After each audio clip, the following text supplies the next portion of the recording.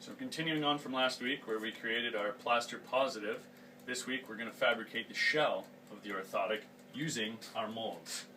We're going to need our vacuum press, we're going to need our oven, convection oven, and our safety equipment, which will be our thermal resistant gloves and our safety goggles.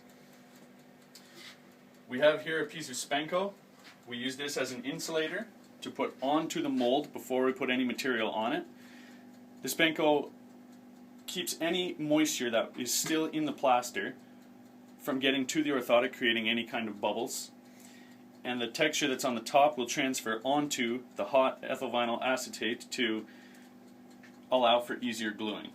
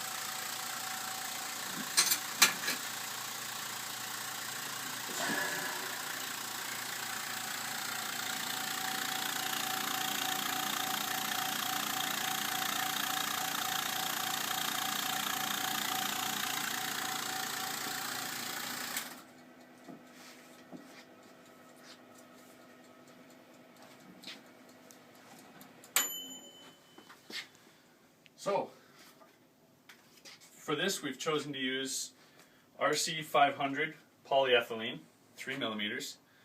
It comes in a variety of colors and thicknesses.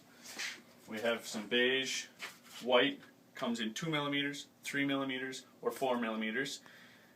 We're doing a man's foot right now, so we opted to go with 3 millimeters, 2 millimeters, often for women because they're a little bit lighter, and for those who are more obese, we can go with the 4 millimeter shells.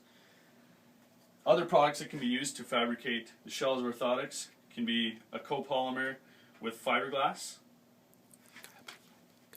carbon fiber. We can do a laminate resin and EVA as well. For this vacuum, we have a negative pressure container underneath, which we preloaded. So this allows quicker vacuuming when you're working with things like the carbon fiber that cool off quicker and have more memory. Before you place the RC500 in the oven, you want to make sure it's clean and dust free, nothing on it, so that when it's heated there's no imperfections, there's no bubbles or indentations on it. And also make sure the cast is clean and the Spanko is clean, so when you put it on, nothing sticks to it. What you have to do here is you leave the RC500 until it's room temperature to the touch on top before you go any further.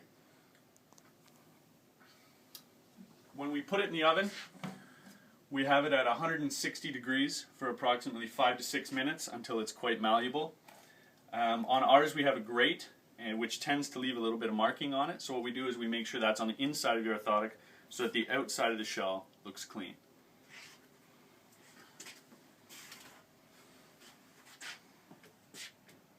Now that it's cool to the touch, we can open our vacuum.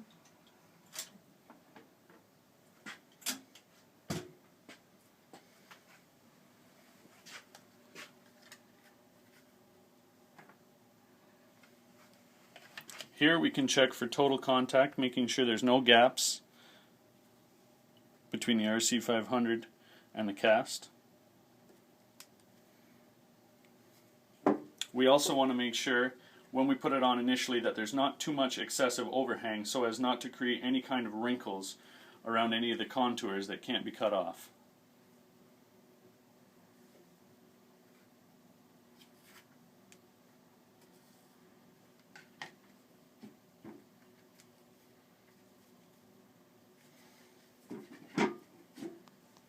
Here you can see the texture from the Spanko transferred onto the shell.